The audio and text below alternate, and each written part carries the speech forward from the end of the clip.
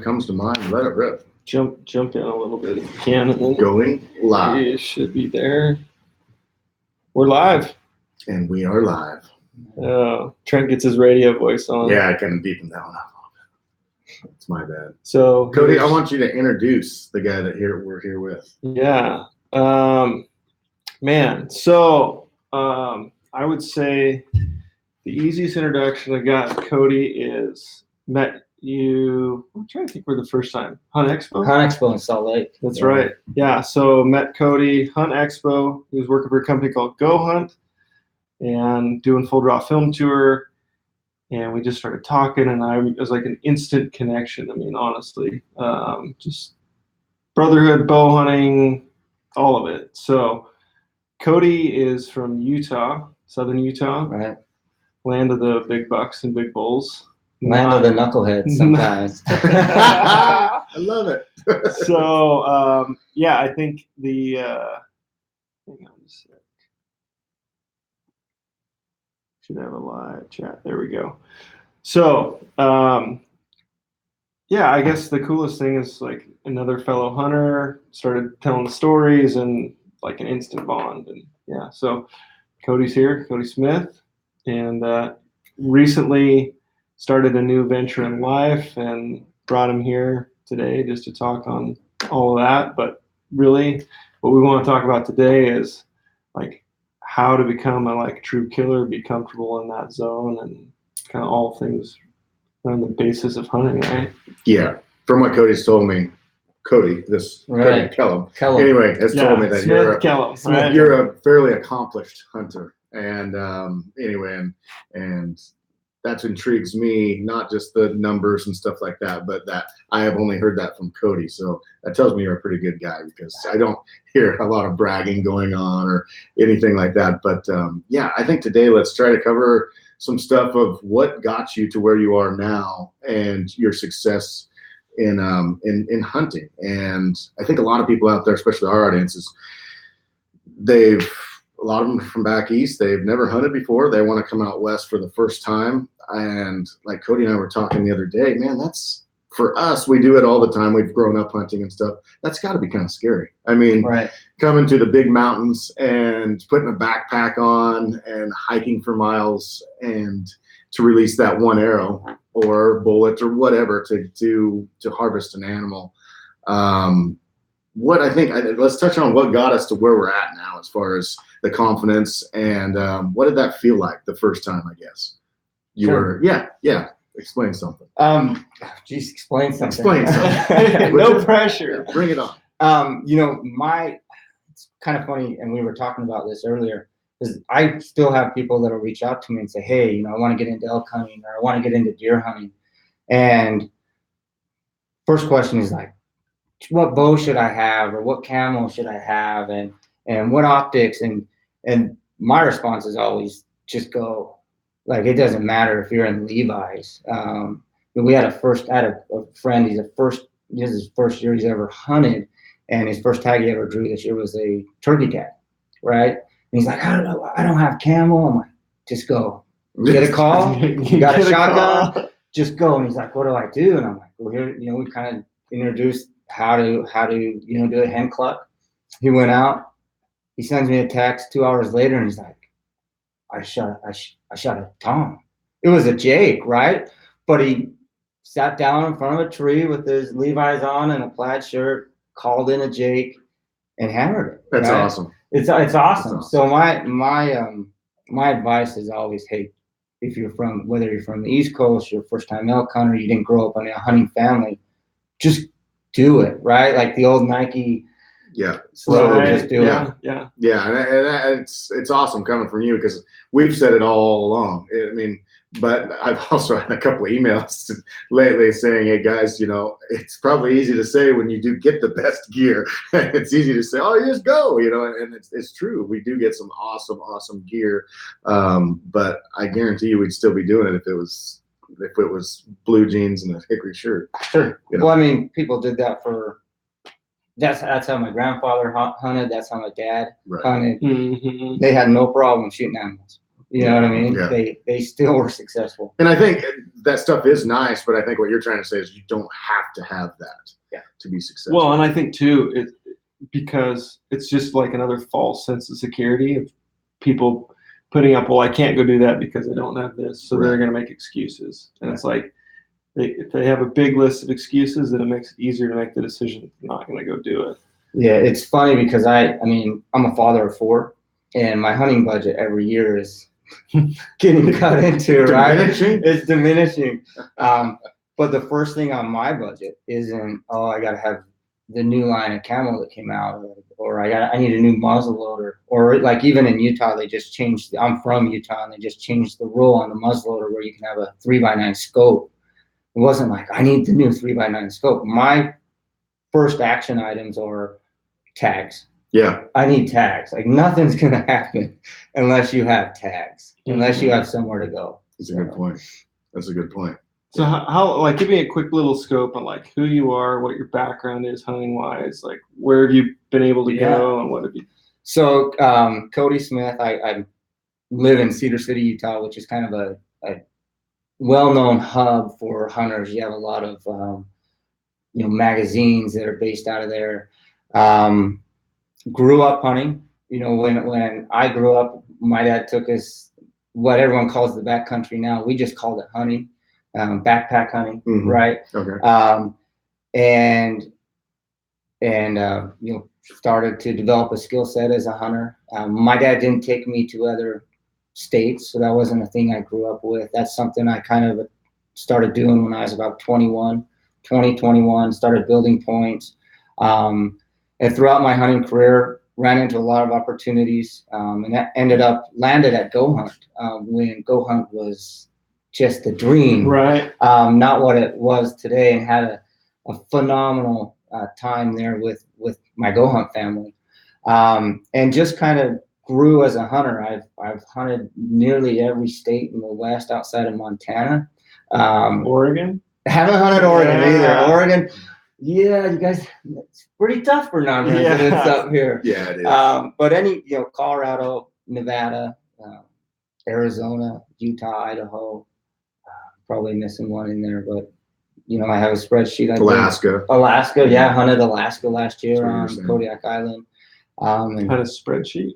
Yeah, I have a spreadsheet with all my points in every state, and actually have I know what tags I'm gunning for in every state, and what I can draw, and kind of the time frame when I'll be in the max pull. When I was at goHUNT, one of the reasons I was there is my understanding of building points and playing the point game and applying for multiple units in multiple states and drawing multiple tags, and then filtering in OTC stuff. That's me. Big time deer hunter. Yeah. I occasionally will. Favorite species, deer? Deer, definitely. Definitely, mule deer. Yeah, definitely. Sometimes I'll go out, venture out, and chase the carp of the wilderness and elk. What? The carp of the wilderness. Wow. Carp you're a deer guy. No, definitely. You know what? I'm not tough enough to be an elk hunter. So deer, you shoot a deer by yourself, you can handle business. You shoot an elk by yourself, man. Got a job. I'm pretty weak. Yeah. No, I love elk hunting, but deer is probably my number one animal. Really? Yeah. What state's favorite? I mean, Colorado has been really, really good to me. Obviously my home state of Utah. You grow up in the mountains, you understand the animals, and been successful in Utah also. But Colorado, it seems like, is my favorite place because of the group that I typically am there with. Oh, cool. Yeah. And we talked about this a little bit earlier, the groups that you hunt around, and we I guess the whole thing about this podcast is to the growing up and of hunting and being successful, And you mentioned earlier, it's what's benefited to your success a bunch is who you surrounded yourself with. Explain on that a little bit. Yeah, absolutely. I mean, what's the slogan? You're only as good as the 5 people that you surround yourself with. Yeah. I think that 100% equates to us as hunters. I have been fortunate, and the guys that I hunt with are phenomenal hunters. And they make me better. You know, there might be something that I don't understand, or maybe I'm releasing my arrow incorrectly or holding my bow wrong, and they will recognize that and make the adjustment. And they have that skill level to recognize that. Where if you are top dog and everybody's inferior, or not, you know, they don't, how do I say this nicely, but they don't bring much to the table as far as skill set. When you're making those mistakes, there's no one there to correct you. Right. So did you start, like, so I guess it kind of to jump back, like the basis of this podcast and kind of as we ring in questions here on the YouTube Live is like how to start from scratch as a hunter. I know there's a lot of new hunters out there. Did you start as like with a mentor? Obviously your dad took you, and that was how it all started for you. Is that right? Yeah, that's how I started. You know, my dad, you know, we went out and we deer hunt every fall, and it was a rifle hunt, and that's how I started. Then I got into archery, and I'm not one of those guys that I can tell you how many deer I've shot and what year, but I shot a pretty nice mule deer, probably like a 26-inch, 27-inch 4-point at the age of 15 with a bow, and just kind of started to develop that skill. And it was all on my own. Like I'm a guy that, like I said, just do it. You know, that's kind of my mentality in life is, all right, I want to do this. There's no better way than just to learn how to swim and jump in the deep end, right? You make a lot of mistakes. Like drowning. It's a possibility. Yeah. But you're either gonna sink or swim. Yeah. Right. Yeah. So I started to mess around with archery hunting at probably 15, 16 years old. Okay. And as I started to archery hunt, I started to run into other hunters that were starting to archery hunt and start kind of build like a tribe or a circle of friends that I would hunt with. And then that grew. You know, I started to understand what I meshed well with as far as a hunting partner, and who I got along with, who I didn't. We can all pretend like we're all friends, but we've all hunted with guys and we're like, never doing this again. Right? Never doing this one again. Love you, but let's just stay friends. Well, I mean, and we've talked about this. It's like adversity, like the mountains bring adversity, and then you see the true person, who they are, and maybe they just don't like that, you know, in that portion of their life. And I think that's where like we thrive on that kind of stuff, and like you said, surrounding yourself with those like-minded people. It brings everyone up, right? It's like rising tide raises all ships. Exactly. Yeah. We talk about that a lot just here in business and who we hunt with, collaborate, hang out with. I think hunting, a lot of people don't look at it in the sense of like bigger picture of what life is. They think about, as far as the actual moment and how to execute and how to be a stone cold killer. I think a lot of people that I've seen that are very good at hunting, there's a lot of like life, just what they do on a daily basis and how they, high achiever everywhere. Habit forming, for sure. I think if you learn to be successful in one aspect of your life, that starts to create a habit or an expectation personally for you. Like, hey, I expect to be successful here. I expect to, when the chips are down or when I get that 20-second window that I worked hard for all year to put an arrow in a bull elk, I expect to make that shot. Yeah. I worked hard. I think that's like a habit that you develop as a hunter and in life. I would agree. I would definitely agree. That's and another thing I think is success. Once you break over that, because there's been a lot of guys that have talked to you and emailed and stuff and said I've been elk hunting for 5 years and never killed an elk yet, and it seems like a lot of those people that you talk to, that I've talked to over the years, that once they finally do and finally get that success, it turns into a habit. And it's those guys that go out and do it every single year and get it done because they've worked their way up to that moment, it seems like. And I don't know, success is a habit. I mean, I think so. I think it's just like a football team, winning is a habit. Once they start winning, it's like they expect themselves. They don't have that doubt in their mind like they're going to lose. it's a whole different mind frame, I think. And I think that does go from life into hunting as well. Yeah, definitely. Yeah. I guess, what would you say is like, what's your like number one factor on a hunt? I mean, what's your goal overall? And then what steps do you take to achieve that goal? Yeah, absolutely. And this, I'm going to go off, and some people might, I mean, I'm not going to be your traditional answer.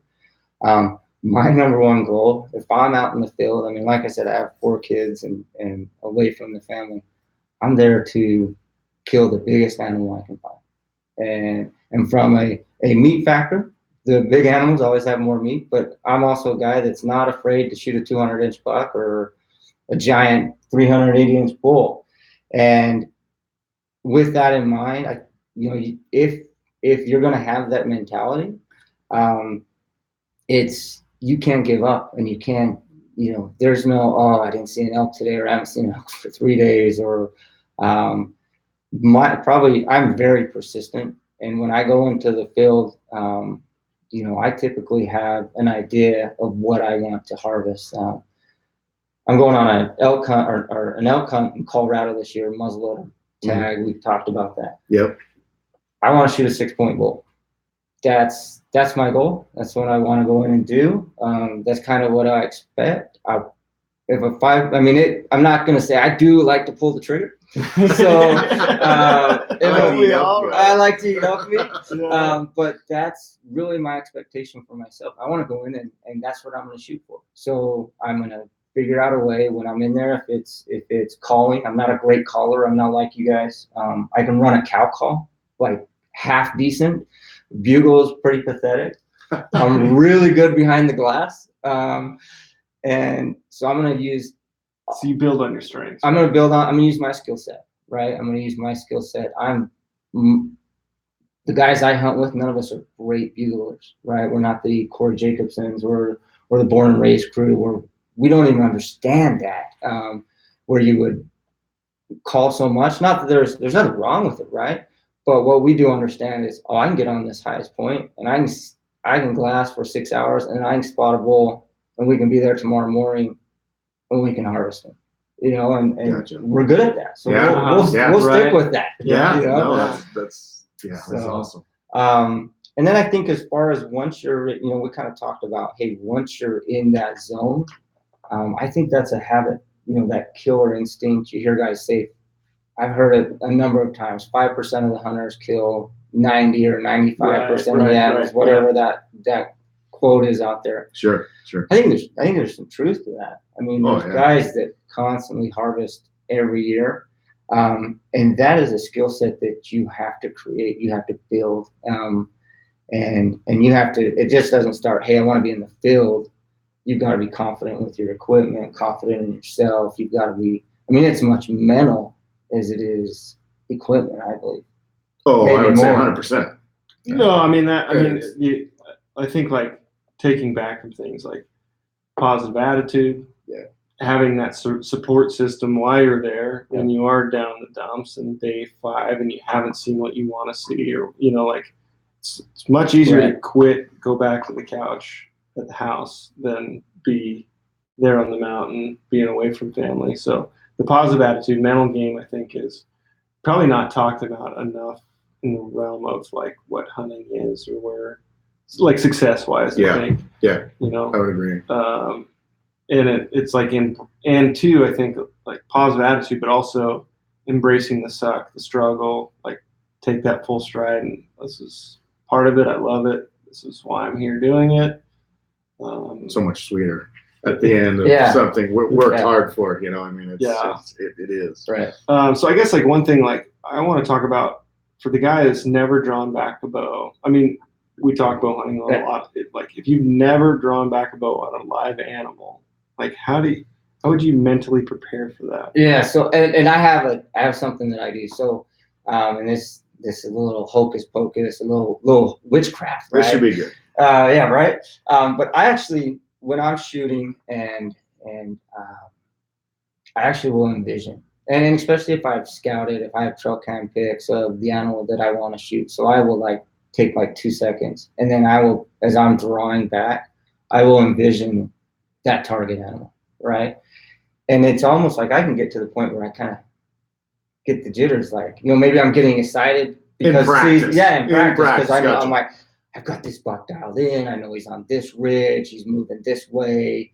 And I can kind of start to envision myself making that shot. And it's no different than what professional athletes do. I was a big baseball player growing up. You envisioned yourself hitting a home run. I envisioned me shooting a 200-inch buck and sinking that arrow into a double long shot. And I think if people will start to incorporate that into their practice of, hey, I want to envision myself making that shot, being successful. For me, it's a difference maker. But so when you are drawn back on that animal, you've done it 1,000 times. And even when I'm practicing, if it's let's say it's a 200-inch buck or a 190-inch buck or whatever it is, right? As I'm drawing back, okay, don't concentrate on the horns. Don't look at the horns. Let's concentrate. Okay, I want double lung. I want 3 inches behind the shoulder. And so it starts to get my mind right so that when I'm in that situation and it happens, I've already played this through my head. Don't concentrate on the horns. Okay, I'm back. Concentrate on the horns. Don't look at the horns. Well, for us, it's a spike. Like, it's easy. It's got horns. That's where I'm at. Yes. Yes, slam. That has helped me. I put that into play. I don't know. I read a self-help book, maybe 7 or 8 years ago, and that was something that it talked about. And I said, well, if people are doing that in business, they're doing it as an athlete. Why don't I do that as, hunting for me outside of my family, and we talked about this, hunting is like my number one passion. And why wouldn't I do that for my number one passion? Why wouldn't I try and make myself as good as I can be? Yeah, definitely. That's good. I just listened to this book called The 5-Second Rule. Mm-hmm. And I can't remember the gal's name that wrote it, but it was interesting, like the mental click. A lot of times the thought comes in your head and you'll end up talking yourself out of it. And I think, like that same thing, you draw a bow back, you're like, don't screw this up. Instead of like, Trent and I have talked about this, draw your bow back, I'm going to kill this bull. Yeah. That's the whole point. I'm drawing this bow back, I'm going to shoot an arrow through its lungs, it's going to die. And I think, having that doubt and like people, you just gotta like block that out and know like this is the purpose of why I'm here. This is what I shot my bow for the last 9 months, and I bought a tag and traveled this far, and like here down to this second. Let's make it happen. Yeah, I totally believe in that. I mean, I think people just so worried about not screwing it up, right? Instead of capitalizing on the opportunity. Don't screw this up. Yeah. They go in the opposite, and this kind of we were just talking with Trevor Mock, one of the guys here in the office, and he was talking about the risk tree or risk. Yeah. And it kind of, he's like, focus. We were talking about entrepreneurship and guys quitting their job, and that whole conversation is the what if you do. You run the risk of failure. It's like, well, if I don't quit my job, then I have this whole thing, here's the upsides, that's guaranteed not to happen. Never. Yeah. So like going through that process and be like, I don't know. Just in hunting and life and everything. Totally. In everything. Yeah. Absolutely. So what do we got? Do we have any questions? Yeah. We're here YouTube live. Let's see it. If you guys want to come up, like I said, Cody's resource, the one thing that he's probably one of the best guys, like research, technical, figure out tags, areas to hunt, whether it's DIY, OTC, anything like that. So you guys want to ring in on questions there. We also, like, the main purpose of this podcast is just trying to like help the new hunter, anybody, anybody, struggling create through, value. Anywhere we can. So you guys on the chat, fire away some questions. We'll keep chatting here, and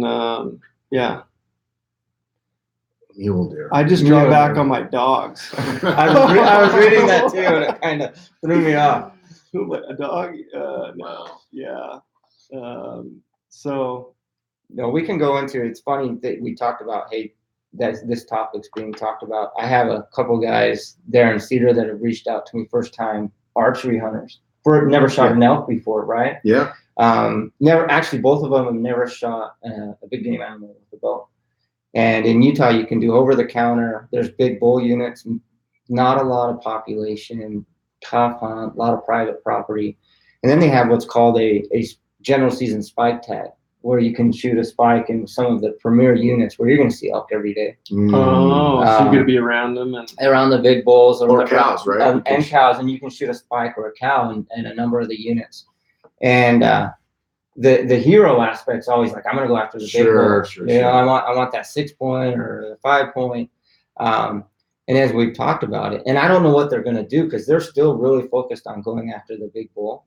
I'm like, you need to understand and learn how to hunt. You know what I mean? Develop that skill set. And the things that you're going to learn from just being around elk all the time rather than, I mean, these guys don't understand wind. They don't understand thermals. They don't understand, you know, they don't know how to call. Right. They don't know bedding areas from feeding areas from, you know, and all that stuff that as you're in the field, you start to understand that. You know, so those spike hunts, those cow hunts with a bow, they're phenomenal. Yeah.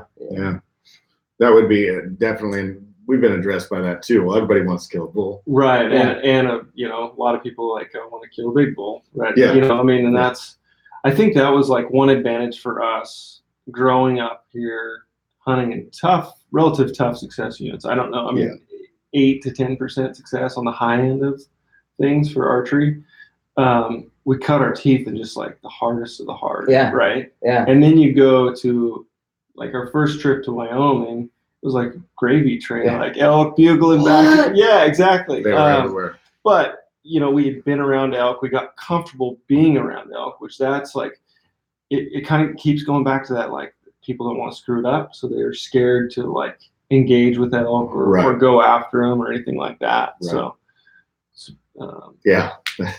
It's a great point, though. I mean, and it's great advice. If you get a chance, take any opportunity you can, because you'll learn so much from it. I mean, really, you really will. Yeah.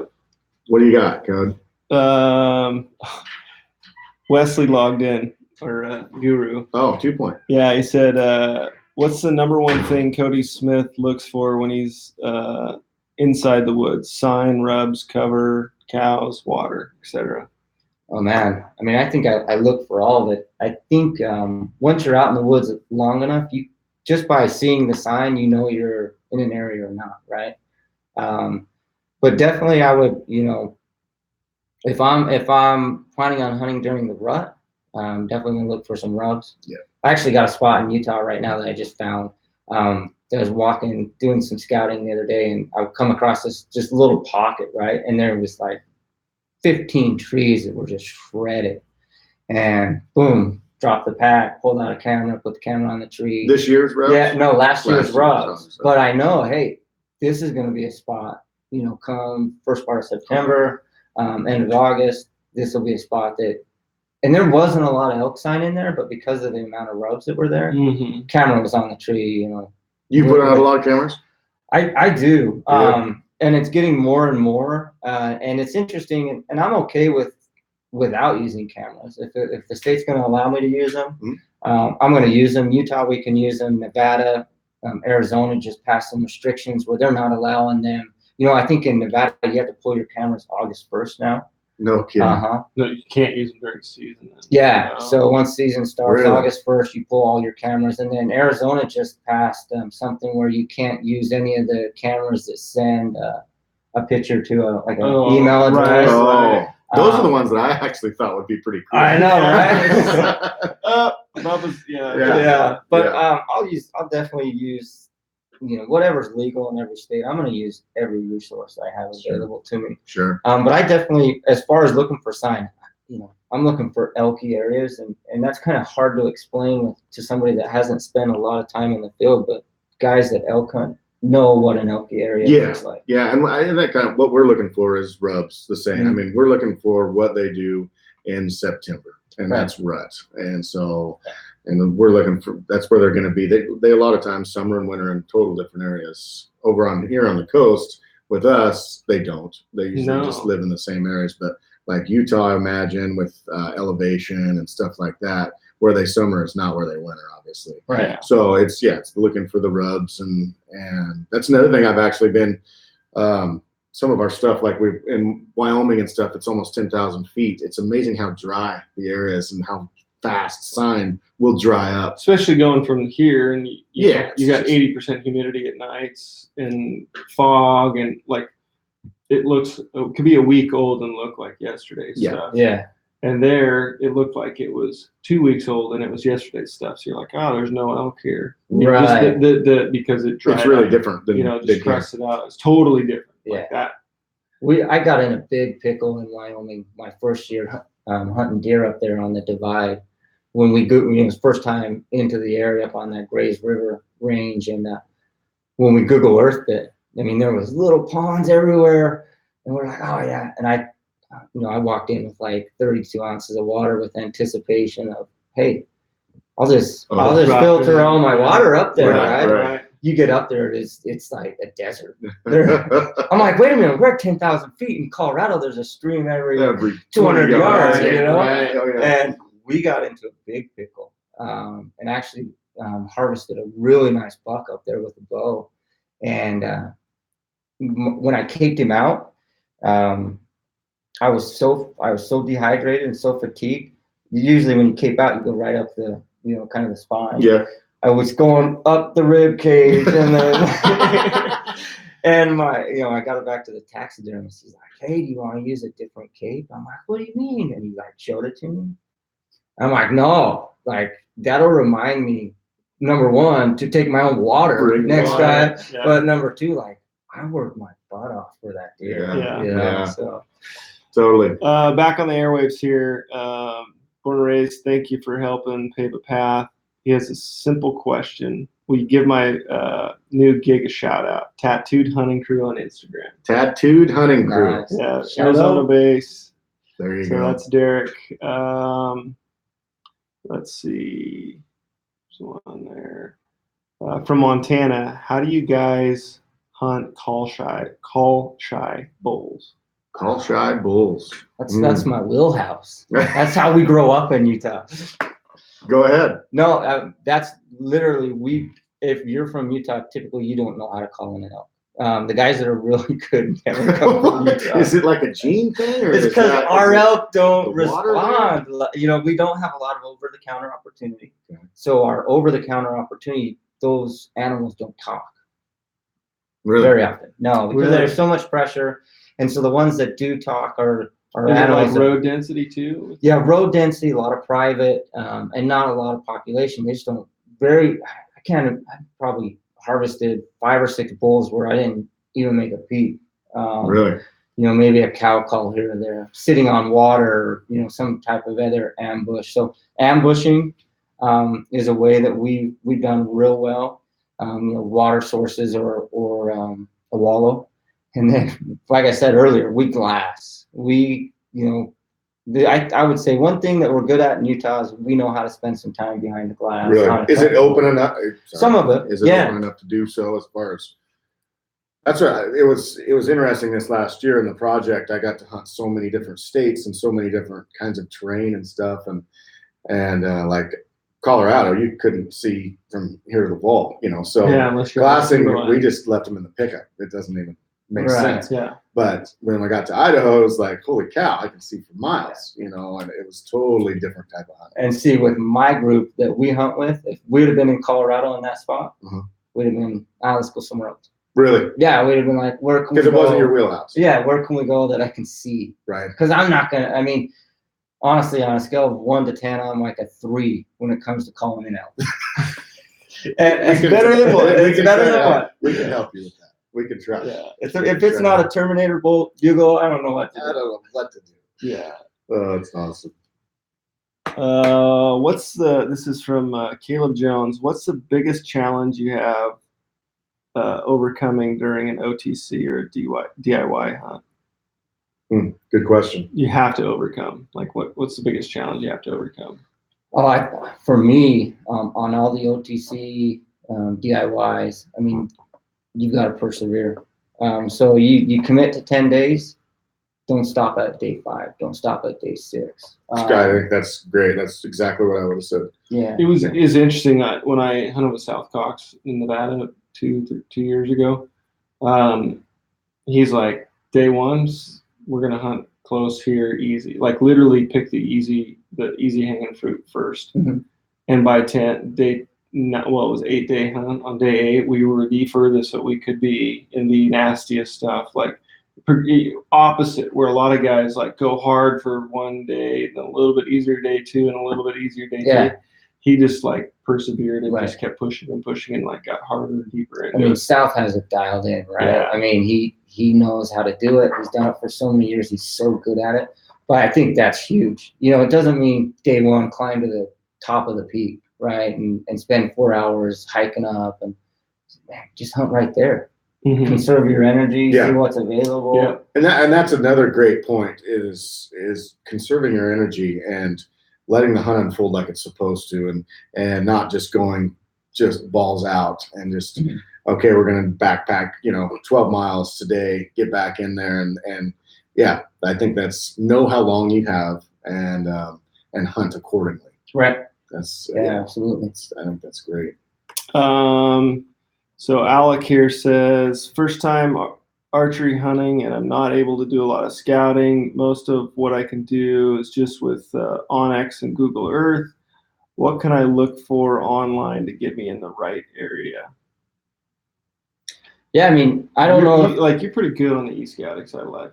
Yeah, I mean, Google Earth is going to be a great resource. Understanding your trailheads, understanding your trails, so that you don't spend a lot of time. If it's first time into an area, try and get as much of it dialed in. Onyx is, shameless shout out for Onyx, but they're phenomenal. You can, kind of predetermine your routes, put your waypoints in there, camping spots. That's what you're talking about is how I first hunted. I was 21 years old, and the first time I went to Colorado for an OTC elk hunt, showed up to the trailhead with 3 horses, never been there before. No one gave me any information. I had literally gone, and this was before Onyx, but I'd gone into Google Earth, figured out where we could camp, where there was a water resource. Okay, it looks good. It was an absolute train wreck. Two horse crashes before we even got like a mile in. Rodeo all day. Got to camp at 10 o'clock at night. Woke up and we got lucky. There was elk bugling up on the side hill, and I'm like, oh my gosh, we just hit paradise. Right. It's worth it. Do everything you can on Google Earth and Onyx, and then I would call biologists, and I've even forums. You got like I haven't been on forums for a long time, but you have Rock Slide, you have Monster Muleys, Archery Talk. And just there's no reason. Newbergs, right? Yeah, Newbergs. Yeah. There's a number of them out there, and I mean, some people are going to make fun of you, but just ask the question. Anybody hunted elk north of Rifle, Colorado? First time hunter looking for some ideas. Yeah. And we did that once, probably about 12 years ago. My baby brother and I, he drew a tag in Utah, and it was specific. It had to be a 5-point, so you can only harvest a 5-point. Really? Yeah. They were trying to no 6-point, not 5-point or better. No 6-point, 5-point or less. Okay. And this particular unit had some issues with this 5-point genetic they were trying to weed out. Huh. And that's right up my alley. I know, right? I came to 5 points. I'm not gonna lie. But we went on one of the forums. I said, anyone seen any big 5 points on the Southwest Desert unit? And within like 20 minutes, this guy gave me coordinates to the bull that he shot. No way. And he's like, I don't have a tag. Ran into this bull 2 weeks ago. Good luck. So that's another resource you could try out.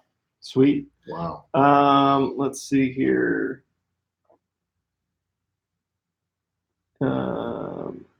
How long do you guys, Jake Speed here says, how long do you give an area before writing it off and moving on?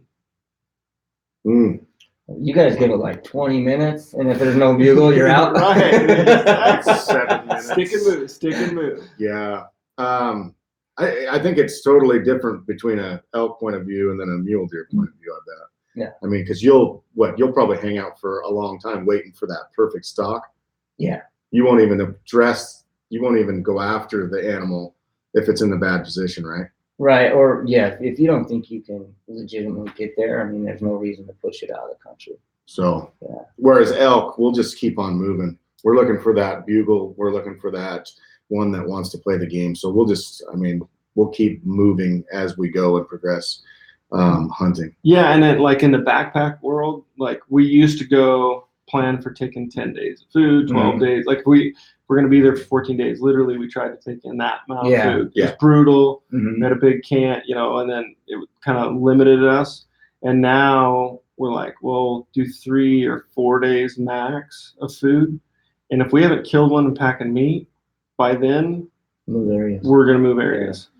So, yeah. And two, I mean, if you go into an area that's void for a day, like we pulled steaks and, and it's all about sign, right? Fresh rubs. Yeah.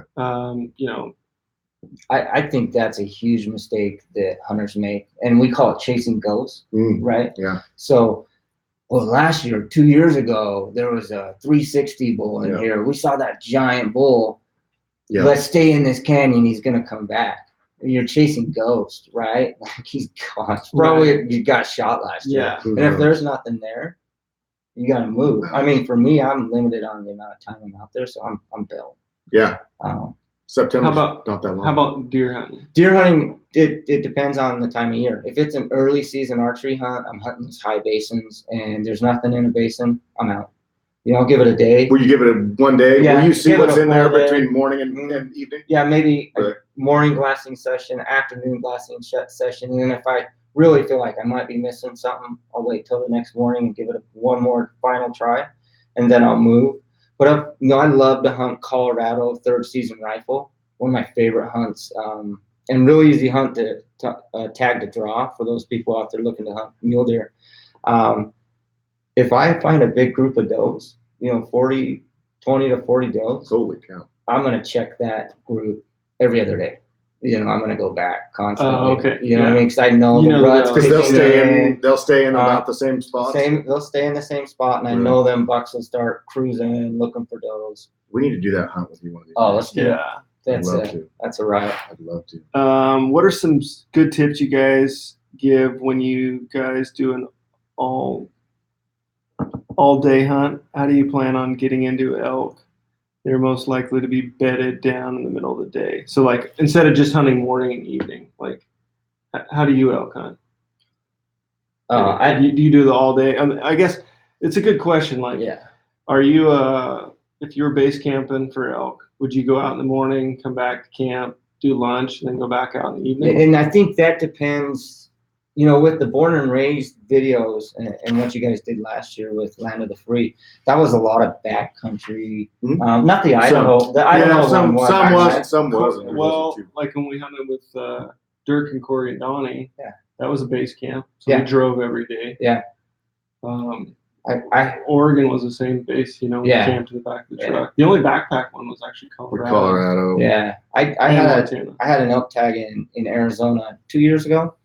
And we did a base camp, and we would go out. And so what we did, I mean, maybe not my suggestion, but it was lucky for me. The bulls in Arizona weren't talking. It was really dry. Yeah.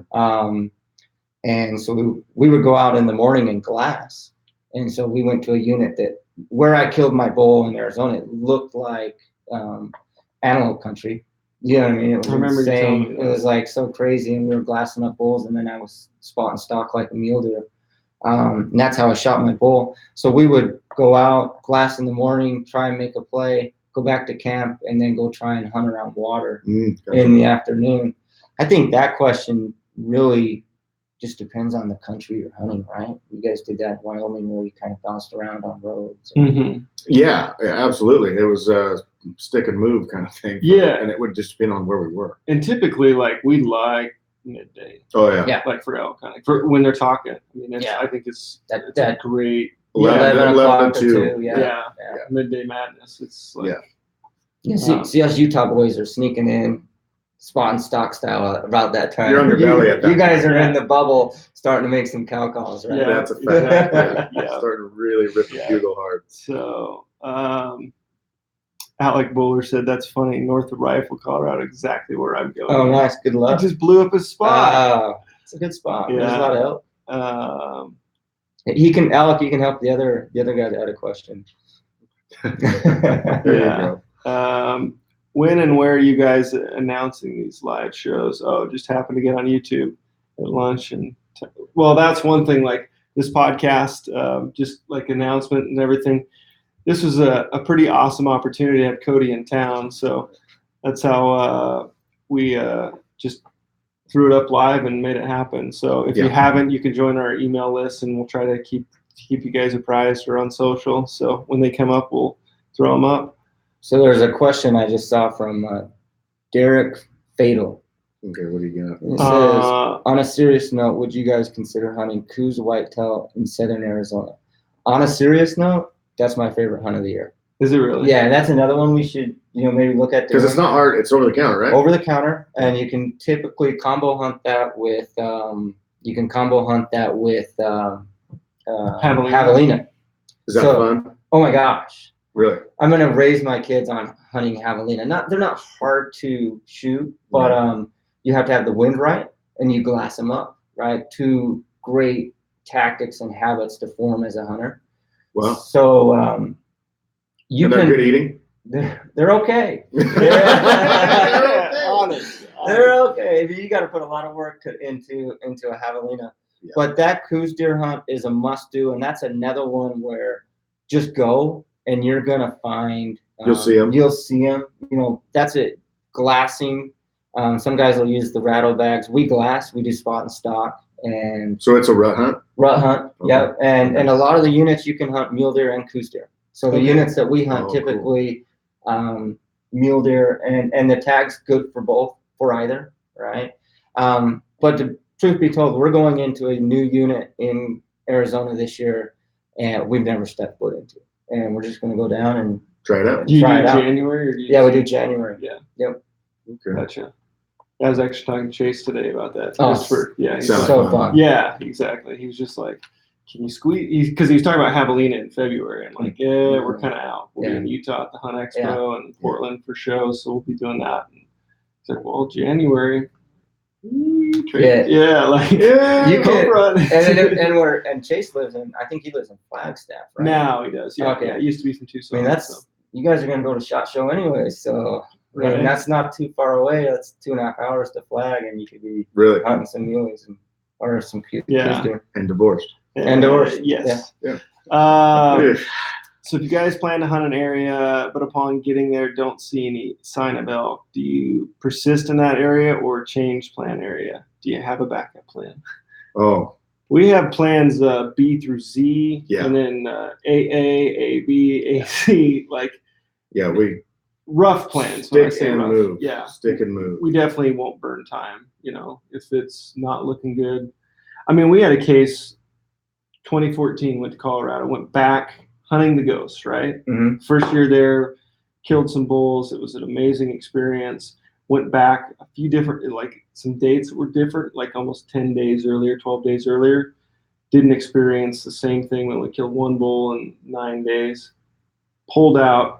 I called South and I'm like, hey, do you have any because we didn't have a backup plan. We didn't have a backup plan. We thought that was going to be golden because it was so good that one time, just like you were talking about earlier.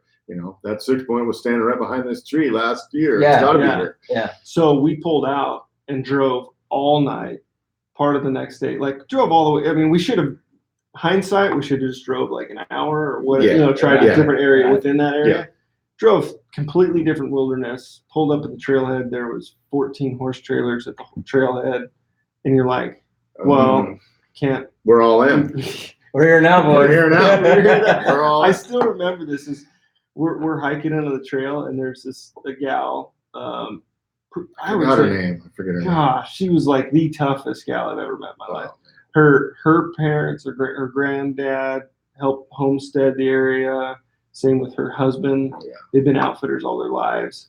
And she had a mule train by herself. She had 6 mules going in by herself, check on some camps. And she had a muzzleloader tag. And she goes, where are you boys headed? We're like, oh, we're up on top of that mountain. She's like, good luck, Yeah, it was awesome. We called her 2 days later because they had radio. They had a radio channel. Oh, right. Call, and we were up so high that miles and miles away, it would still they would still they check on their camps at 8 o'clock at night. Yeah. Well, we found this out So we killed 2 bulls in 3 days, and now Nice. we're like, Nice recovery on the start of the. It was decent. Yeah. It was good. But then we had a sat phone talk to Trevor. Trevor did the research who the outfitter was, and then he talked to the camp like, "We'll just turn on the radio 8 o'clock, and then she can maybe pack out your stuff." And it was awesome. So we just had to get him to the trails, and then she came in and she's like, "I did not see this coming, guys." I got 8 camps up here. No one's killed anything. You boys come from Oregon and killed 2. It was cool. But it was a plan that we didn't. It was a mid-trip audible, and it paid off. It was really risky. So since then, we've definitely done a better job of planning, other options. A little better job. Yeah. Details for us, we're like, it's interesting. Like, I know how you're super dialed on like all, this area, look at maps, over pour. And we don't do that great a job with things. We throw darts at maps a lot of times and be like, that looks decent. Honestly, last year in Colorado, we were going to go to a spot, and on the drive from Wyoming, Trent and I were talking like, well, actually, when we were buying the tag, I picked up a map, and I'm like, this spot looks good. What do you think about going here? It was totally off the radar. So Peyton Manning audible right there. Right. Yeah. But I think the thing, like the learning lesson for us is like, people get so wrapped up on hunting the country versus the elk, and so they're like, "Oh, I want to go hunt this area." Well, the area's not good. Like, do something else, right? Yeah. There's a little slogan in Utah that you'll hear in southern Utah a lot: is if you want to kill a big buck, you got to hunt where big bucks are. Right. If you want to kill an elk, you got to go where the elk are. Yeah. Right. Totally. Yeah. Totally. All right. So Jose says, got admitted to Oregon State University, and I'll be there spring 2019. What are some units to start messing around in to start to elk hunt, and why are there no units on the coast? Well, there is. So Jose, just to let Congratulations, you know. first off. Awesome. That's awesome. I'm an Oregon State alum, 6 credits shy from graduating, by the way. So I'm not quite an alum. I'm 16 credits from graduating. That's right. Baby. I love it. Yeah, the anti-college graduation here. There's a bunch. There's LC, out of Tillamook, Trask unit, Wilson, Trask, Sayusla, all those units right there coast. It's over the counter. You can hunt them every year with a bow. So yeah, there's a lot of ground right there. OTC, just make sure you know your fire, because especially this year with how dry it is, if you're going to go on some private timberland or not, or whatever, make sure you know the regulations of if that timberland has a permit or if that timberland is closed for, obviously if it's gated, it'll be closed for motorized, but to walk in or whatnot, just make sure you know that before you just go stepping around on people's land. So here's one, I think, from Josh Lewis. Favorite backcountry dinner to cook? I know what Trent's is, so So mine's the Mountain House spaghetti. Spaghetti? Yeah, spaghetti. With meat sauce? Yeah. Is that the cheesy one? No, that's lasagna. Yeah, and lasagna's rough on a spoon, man. So what? On a little tip, pro tip, right? Hashtag pro tip. Hashtag. I like the lasagna too, but if you take a little stick and mix up the cheese, it doesn't get on your spoon. Throw the stick away. Oh, game changer! Yeah, buddy. True story. True story. I've been there, done that. Huh? Yeah. So just cut like a fresh willow. Yeah, I mean, I'm not even that clean. I just picked up whatever's on the ground and kind of stir it up, and then that cheese, that real melted cheese will stay on the stick. Throw the stick off, and then you're good to go. But then bears are gonna be in your camp. Yeah, well. Yeah, and I'm scared of bears. That gave me something to do all night because you'd be chewing on that spoon all night long. Yeah. Trent, go for it. Yeah, mine is, until I find another better, it's beef stroganoff. I could eat it every single night. And then I bring on a whole bottle of Tapatio and dump about half that in there.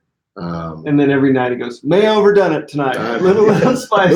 Little too much. That's night. Every night. Every every day here. Yeah, absolutely. So, Cody's is a smorgasbord of. I do.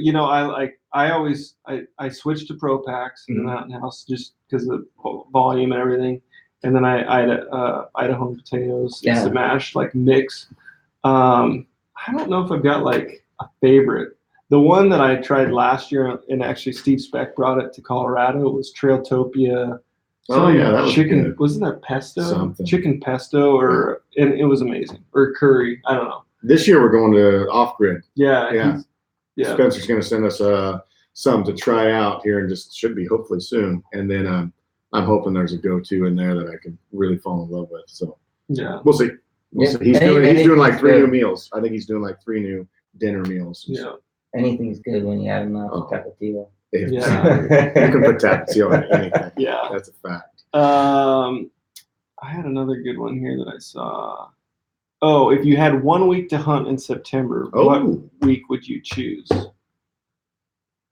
Oh man, that just depends on the state. Really? Depends on the state? Yeah. That's a state thing for you? For me, yeah, absolutely. Really? Yeah.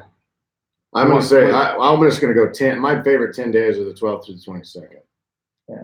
12th through the 22nd. I would. If it was a 10-day thing. I would say 15th. I'd probably want to start on the 15th. The layer? Yeah. Mm-hmm. Yeah. See, and I like the 15th is like, I think, a great pinnacle, but before 5 and okay. 10th through the 20th.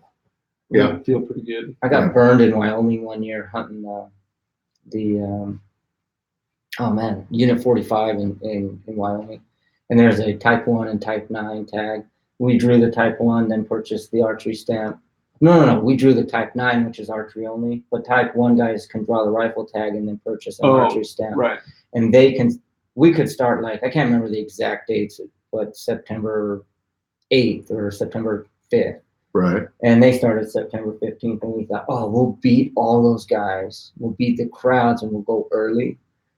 And it wasn't until like day 6 or 7 that we even heard bugles.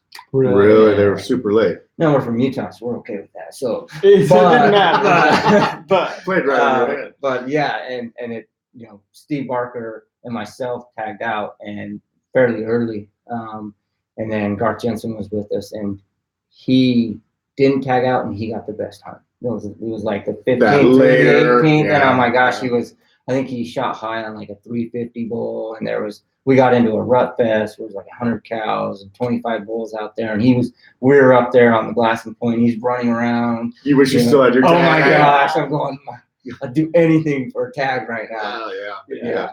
The one thing I think too, typically later too, you can run into that snow scenario, and that's not a been there in September. Do you guys find that they shut down? Yeah, it seems like first day of snow. I think they do until Yeah. they kind of get used to it. Yeah. I think. Same with here. I would rather like hunting the coast. I would rather it be 90 degrees all day and cold at night and sunny and clear. Yeah. Rather than like if a thunderstorm or any kind of rain comes in on the coast, they seem to shut down. Well, when you think about it, for the last 90, 120 days, it's been the same weather every single day.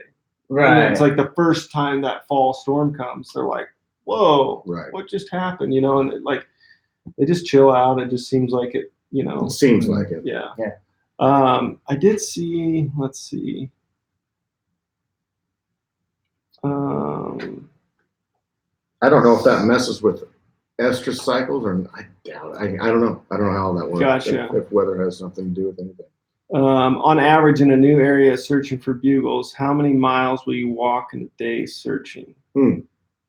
So it's different, and I think it's state to state as far as where you're hunting. So wilderness wise, or like Wyoming stuff. When we were there last year, we would just find a road system and then just parallel it, or find old cat roads off of it and stuff like that. And there's a lot of days we went 10 to 13 miles, a lot of days. But wilderness, it seems like we go 4, 5, 6 miles a day. Yeah, it just depends. It just depends on topography, and it just depends on what you got going that day. Sometimes we'll chase elk all morning, and he's not quite cooperating, and so we'll just back off to where we can still hear him and wait for him to do his thing and get bedded down, and then we'll go in on him. So there's sometimes it's a waiting game.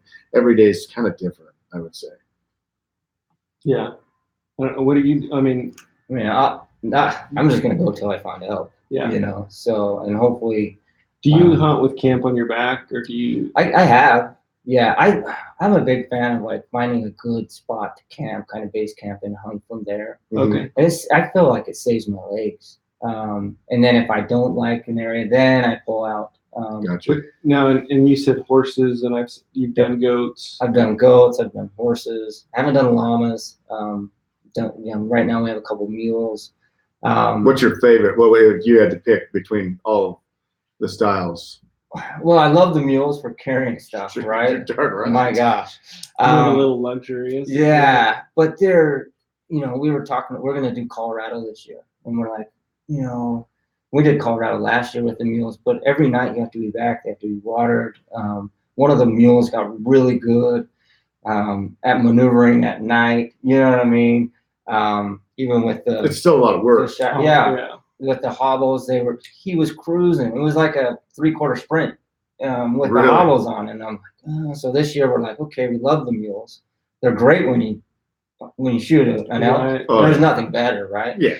But now we're like, okay, let's take in an electric fence. We've been working with them, so they'll stay in an electric fence right now. That way, the Miss Ed, who's the mule that can run 3/4 sprint with the hobbles on right now. Okay, Miss Ed. Miss Ed, yeah. She bucked me off, by the way, on that trip. Another reason I don't love mules. It was my fault, though. It was user error. Yeah, I like the mules. Goats were fun. Goats are fun. Goats were the most entertaining, least amount of work. Full personality. Personality. Here's my next question: did you let the goats just follow you around all day like they say? No, they do? And I'm kind of sad we got rid of our goats, but our goats we just highline them right there at camp. So and they didn't make much noise. That's what I've heard. Like yeah, they would when we were walking away. They would. For maybe 5 minutes, and then they were done. And then when we would walk back to camp at night, they would make some noise. They were easy, but they didn't carry the amount of weight. Oh, you got to divvy it up pretty yeah. good. Well, yeah, I think Trent's exact words. We were talking to Brian Call one day, talking about goats, and he's like, so how many pounds they carry? 40, 30? So you got to have like 6, 7? I'm out. I'm done. Yeah. Especially for elk hunting, I couldn't do it. But for mule deer hunting, it's fantastic. That's almost a field. Oh, yeah, Two goats will pack out almost a whole deer? Entire deer, yeah. Wow. I mean, you're going to have to pack out some of it. Yeah, sure. Got a question here from Lyle Miller. How's the fire closures looking for Oregon in 16 days? It's hard to say. I don't keep a real close eye on it. Just I used to cut trees, and so that would be everything for us. Fire danger, it would be out of work. Yeah, it would rely on it, you're working or not. But anymore, I haven't really kept a close eye on it. My dad's still working. He's down south on the Chetco River, but he's working with a waiver, so it's level 3 down there. So it's shut down. Yeah. Over here, Douglas County, it's shut down. It's level 3. I don't think it's for cutting. Yeah. For all that. So Well, I don't know for hunting. I don't know what it's going to prove to be. If it goes level 4, everybody's done. Shut down. Yeah. So then it'll be just state ground, Forest Service, BLM stuff. Yeah. So the private timberlands get shut down. Yeah. So it's tough. Does that make it crowded? It can. Limited on where they can hunt. Yeah, a lot of guys honestly give up, wait for the first rain or whatever. Really? Yeah, there's definitely. Yeah. I'd say the pressure's less. Opening weekend's busy no matter what. Right. And that first week's pretty light with people. Not a lot of guys like hunt after work. I mean, like those evenings of the first week. Weekend warrior stuff. Yeah, they just Friday, Saturday, Sunday. That's all they do instead of hunting as much as you can. So fingers crossed. The biggest factor is if we get a big fire going. Then the resources are limited for a response of something else, and then they'll shut it down. So that's what happened last year. Is there was a fire got started on Saturday night of opening weekend. Hot, dry temperature. It started like that fire blew up overnight, and then they shut it down that Monday afternoon, kicked us off the farm. So that's one thing I've noticed about driving through Oregon this week.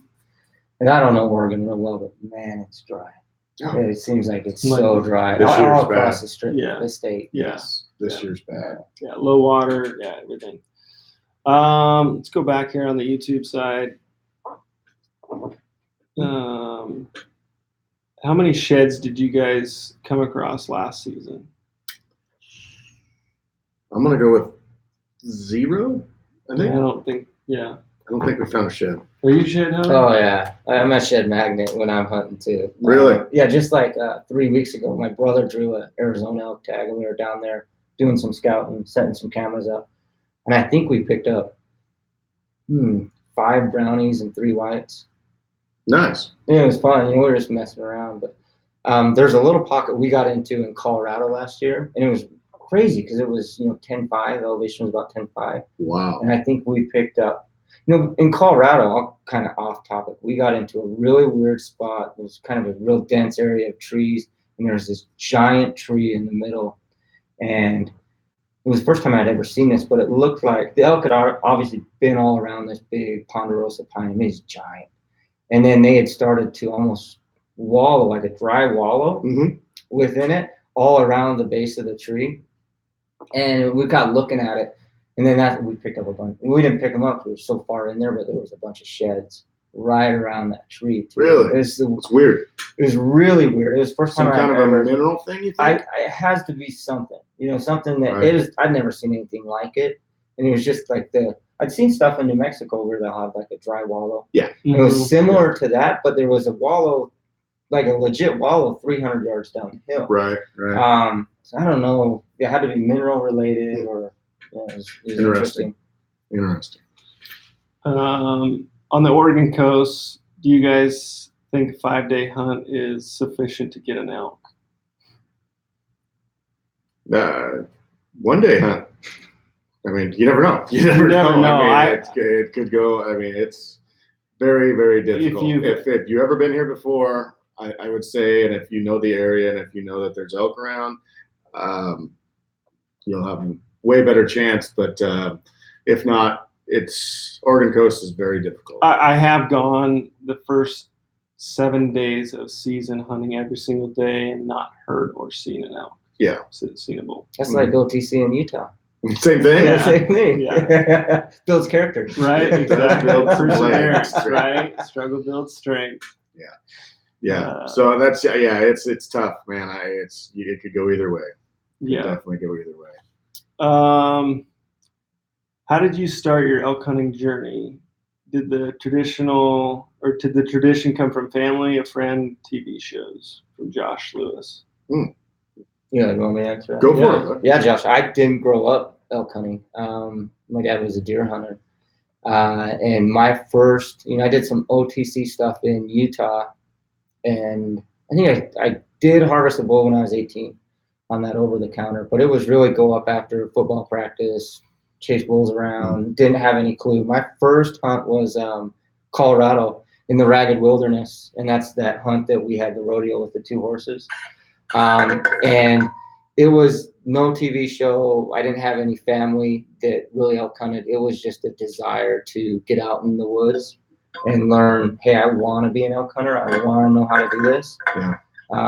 And went out and got kicked in the teeth so hard on the hunt.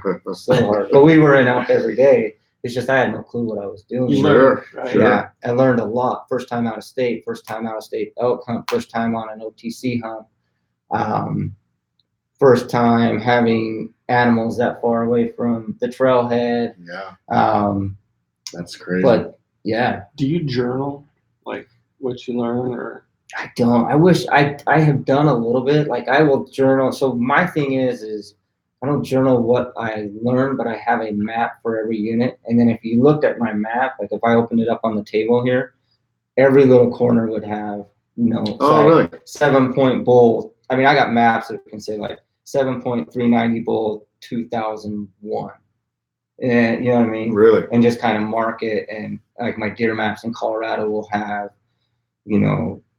Steve shot a buck here. I shot my buck here. Gar shot his buck here. And kind of what year and just kind of keep track of everything that way. Cool. Would you ever sell those maps?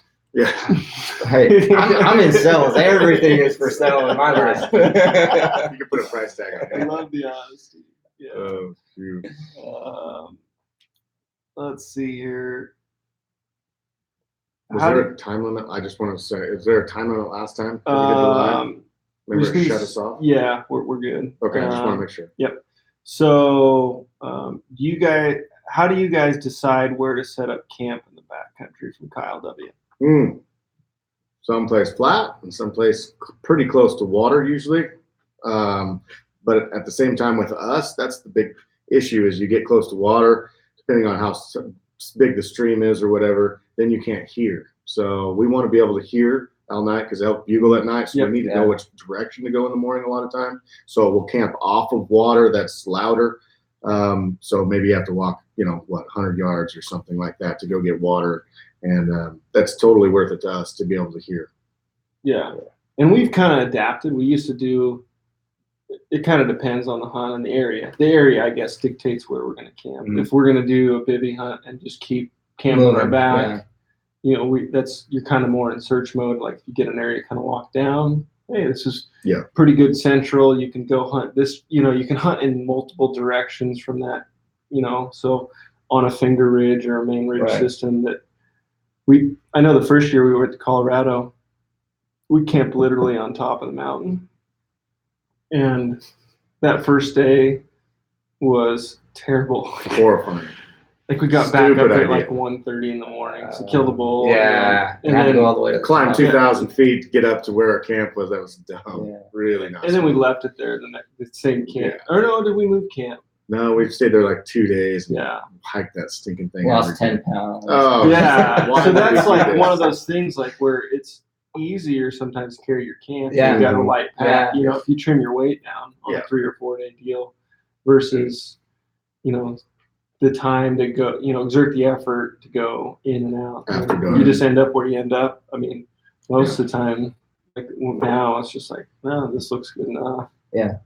So it's not like you're buying staying mobile, really mobile. Yeah. Yeah. Absolutely.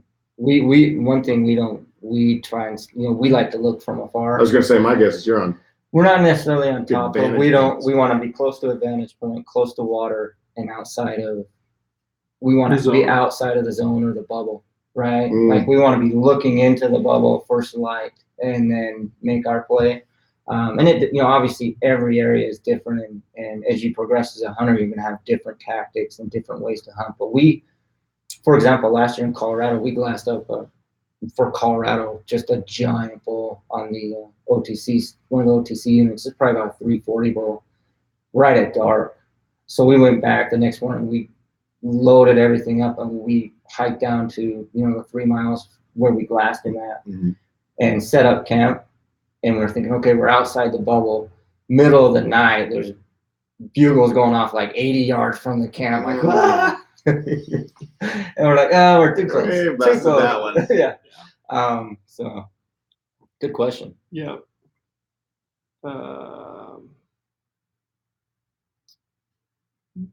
What David here says, what week are you guys hunting Colorado? We will be in Colorado the 1st through the 10th. Yeah. 1st through the 10th. When you going? And so I have a muzzleloader tag. So I think that hunt starts the 8th, 7th, maybe the 8th.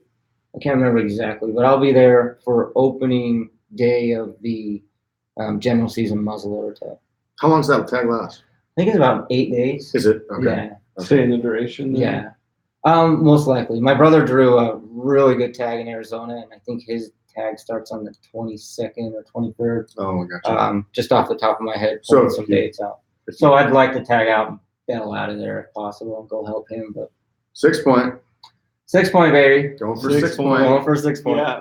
Love it. Or the first 3 point you see. Or the first brow time. Or the first brow time. Exactly. Any of you guys ever do a moose archery? Have you ever? Oh, I drew it. And yeah, that's a pipe dream for me. Who is that that's asking? Okay. Jake, that's a pipe dream for me. I've got 15 points in Wyoming, so I'm hoping. Should be. I'm getting there. Right? How long does it take? I mean, I'm with, the thing with Wyoming is their population has been going down with the moose, so they've been reducing the amount of tags that go out, which there's a major point creep there. But I'm close, right? I can smell fish line. So with that, like you talked about tags a little bit earlier, can you predict, or do you put in every year? Like this year, did you put in? I just did point. Just a point. Yeah. So I mean, can you predict closely enough with goHUNT and stuff if you're going to draw it or not? I want to say yes, and I used to think I was really good at this. And then this year I got kicked in the teeth. I think everyone. I mean, yeah. because there was a big. Wyoming's tough right now. Really? And the reason being is I can't remember how many years ago, 12 or 11 years ago, they started allowing you to purchase points in Point Wyoming, system. right? And so you have this giant group of guys that are sitting at max point right now. They've just been purchasing points. They haven't cashed it in. And so it's really hard to kind of anticipate when those guys are going to go in. Oh. So like, for example, my oldest boy is 13 and him and I, we're going to split my points. I had 10 antelope points. I'm not a big antelope hunter, but I wanted to wait till he was old enough. And then we're going to go up there and, that was like our big thing. Yeah. So I was like, oh, don't play football. Let's go antelope hunting this year. What guarantee, he's a good dad. Yeah. He's a good dad. I guarantee we're going to have the tag. I've got it all figured out. And then results came out. We didn't draw because a bunch of those max point holders had decided, hey, we're going to drop our points, and kind of skewed the odds a little bit. Oh, gotcha. But for the most part, I mean, you can get pretty close. Yeah, definitely in Colorado, where those guys just pull from the max point pool, and it's pretty easy to anticipate. Utah's another one that's easy to anticipate. Nevada. There's any Nevada people on here, I hate the point system in Nevada. It's a random draw, so you don't know whether you're coming or going. It's random. You get, for every point, you get 5 raffle tickets. Isn't New Mexico like that too? Yeah, there's no point system in New Mexico. It's just luck of the draw. Luck of the draw. Yeah. Well, let's grab maybe one more question here and then wrap this thing up. It's David and Janelle Norris, to hunt a burn or not to hunt a burn, and at what age of a burn is it most productive? Great question. What's your opinion? Go ahead. Go ahead. Hunt the burn. Yeah. And there's different. I'm actually going to hunt a burn in Utah this year, so I've already kind of been messing around in there, and it's a fresh burn from this year. From like 4 months ago. Oh. Yeah, so it's already got some regrowth in it. Not a lot of bedding areas, but it's got some regrowth, and I've been messing around in there. How, like, is it a big burn or is it small? Yeah, it's Is this elk or deer? Deer. Okay. I don't know how many acres. Probably 3,000-4,000 acres. Okay, gotcha. Yeah. Maybe more. I mean, I'm just throwing a number out there. And this is my experience. I'll let these guys kind of address it too. For elk, I feel like 2 years after the burn is best. And that's really where I've seen things start to pop in Utah with horn growth and population growth. For deer, I don't know if anybody has that figured out. You can see deer go right back into the burn immediately, and sometimes I've hunted a burn I thought was going to be fantastic, and 5 years later, I'm still struggling to find deer in there. Really? So, Really? yeah. From my experience, and we haven't experienced it a ton, but from our experiences, I would say that fringe point of a new burn is really good. All those fresh shoots coming up, and usually it's hot enough during the day, they'll go back out of the burn to bed, is what we've found. Yeah, it was like the edges, or right on the edge. It was money. If you could find like a U shape, like a green strip that's within that, or an island within that. And that's where, honestly, we plugged them earlier, but again, Onyx maps, they tell exactly like within a step of where that burn stopped. Yeah. And you just look on there and go, this is our hunt today. This is where we're headed, and we would actually map hunts out based on the burn. So we've hunted the edges. We had good success in year-old burn, from the previous summer, fall, and up to 6 or 8 years. Yeah. I think, I don't know how old Trent killed his bull. That burn was 4 or 5 maybe years old or something.